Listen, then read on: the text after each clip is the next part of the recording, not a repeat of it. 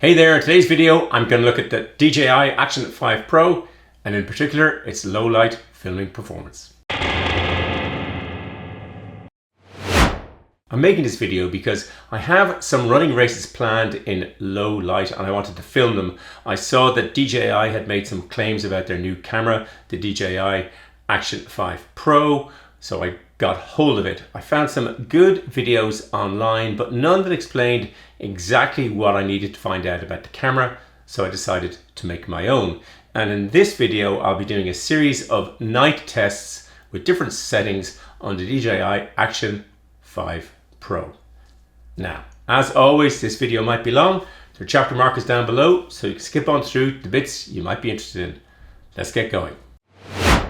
The first thing to say is there is no holy grail here. No small sensor action camera will be great in low light. There is at best a least worst option.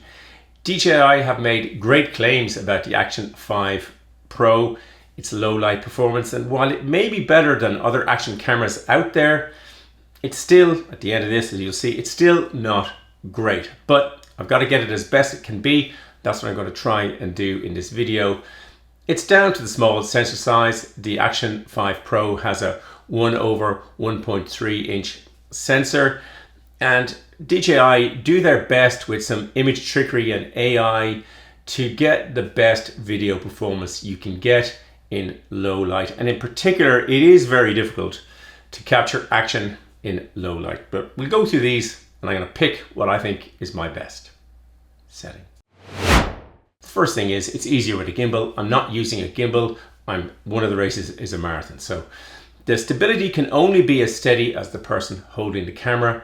For the best results, a head mount is really good. If you look at Michael Johnson running, his head hardly moves as he hurdles his body down the track.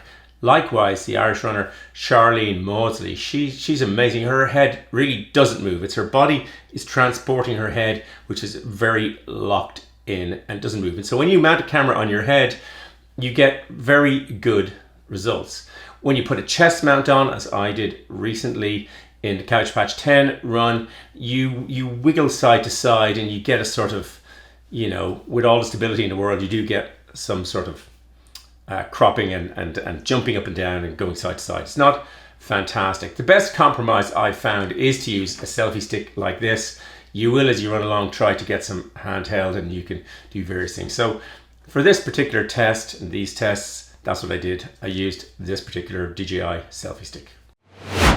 Initially, I used the non-pro settings. I'm not sure what DJI call it, but normal, standard, basic settings with no post-processing. And then after that, I introduced a bit more complexity.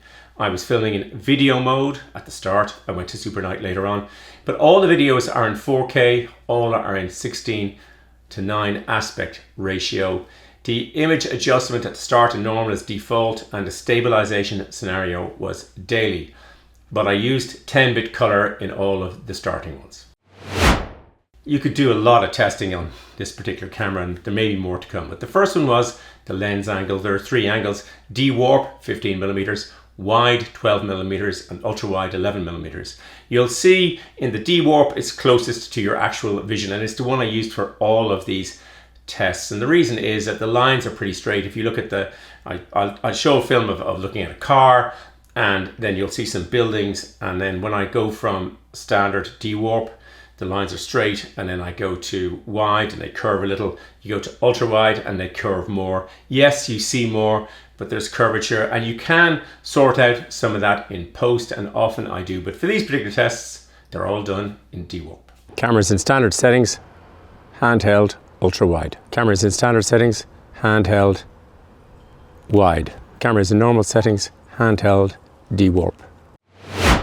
One of the first tests I did was just to show stabilization, how good you can hold the stick. One is with no stabilization, and I'm trying to focus on a car, and then rock steady and rock steady plus. So when you're not moving, you'll see rock steady plus cuts in a bit more than rock steady, but yeah, the image doesn't move very much. I'm trying to be static, I'm not trying to move it, but you do get a good bit of stability as long as you're not moving. Cameras in standard settings, D-warp, handheld, no stabilization.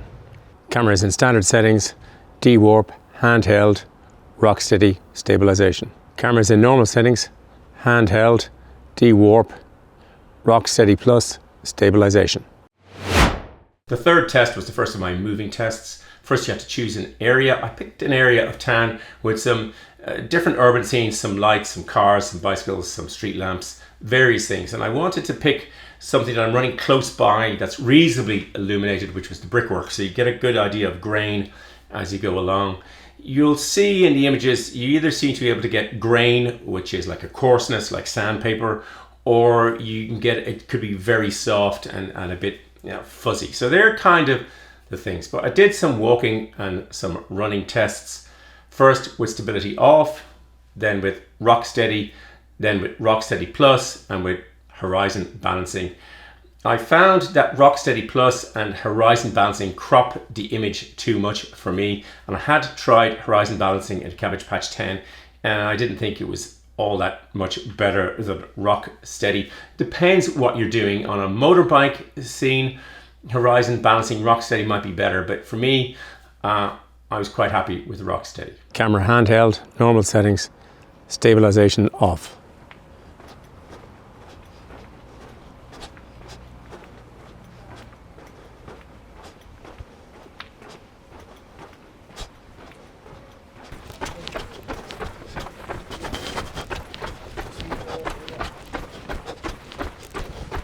Camera settings normal, handheld, rock steady.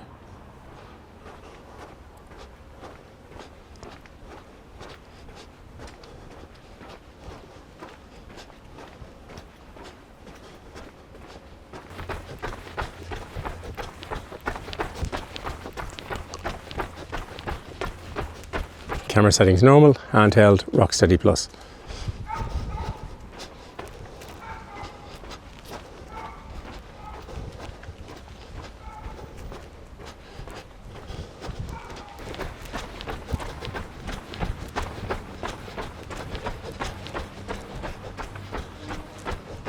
Camera settings normal, handheld, horizon balancing.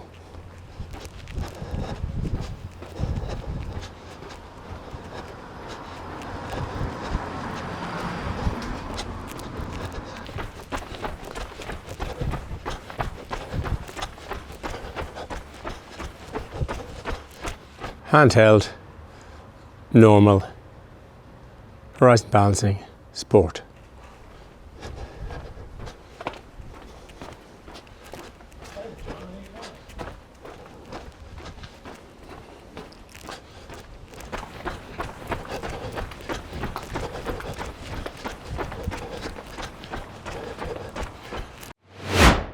Having started with the basic settings, I moved on to the Pro settings, where I used a LUT lookup table, which was a color profile, and then I can adjust it by applying a correction in post-processing or post. And I used the DJI D-Log M 10-bit color, which is what I usually use when I'm using the D-Log.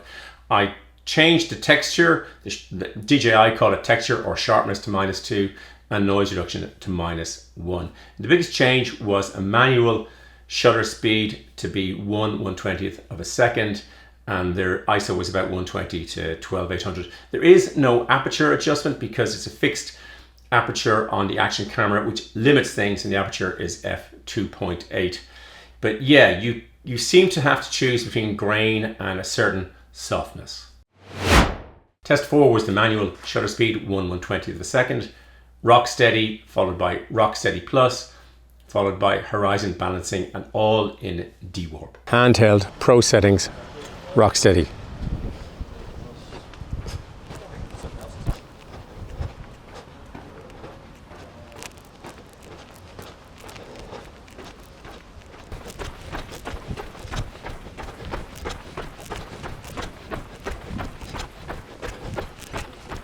Handheld, Pro settings, rock steady plus.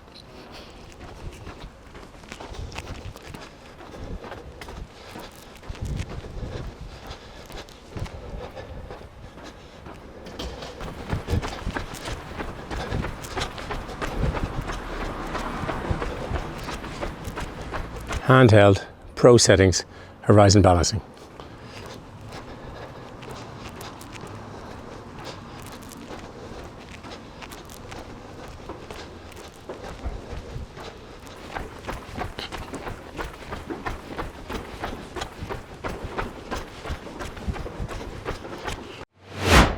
I was looking forward to test 5 Super Night with a manual shutter at 1/120th of a second.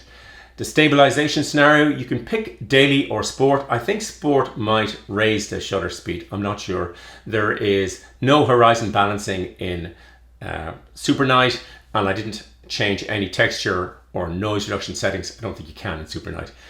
DJI say that Super Night mode uses AI noise reduction algorithms for sharper, cleaner footage in extreme low light. I did find it cleaner. I certainly did not find it sharp. That it wasn't as sharp as I'd hoped it would be. Super Night, rock steady daily.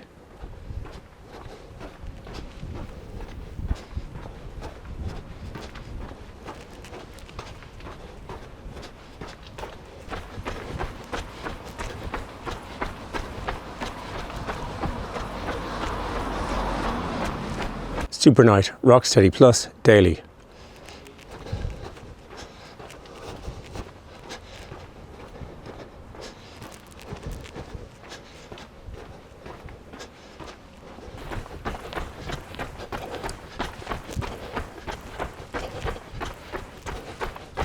Super Night, rock steady sport.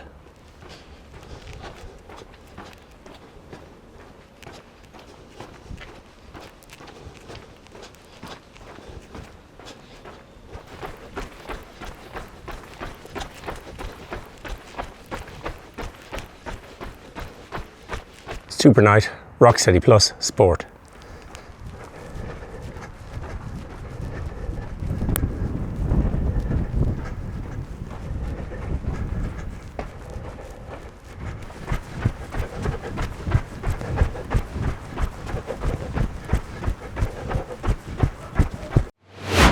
As I said at the beginning of this video, there is no holy grail of image quality here. You either pick a lot of noise in the video modes or a lot of softness in the Super Night modes. It's a balance. You may have a different view to me, but for the moment I'm going to, for the next video in an urban night setting where I'm running, I'm going to pick rock steady in Super Night. That's what I'm going to try and do with sport stabilization scenario on. That's what I'm going to do. I'll see how that works out. Depends what you're trying to capture. I won't be able to capture the standard quality that I want, but I might be able to get enough to get a feel for what it's like to run around Dublin on a strange night race. That's what I'm hoping to do, and it would be great. You may have different opinions about different settings for this particular camera. I will, of course, make a video about my night running experience and report back. But yeah, I imagine the next iteration of the DJI Action 5 Pro, no doubt the Action 6 Pro, will be better and better again. The one thing it would need is a bigger sensor, but for the moment, yeah, these are the best settings I could find. I hope you enjoyed the video and found it illuminating. If you did, it would be great if you'd hit the like button. As always, there'll be lots of stuff in the description below, and I'll happily answer any questions you put into the comments.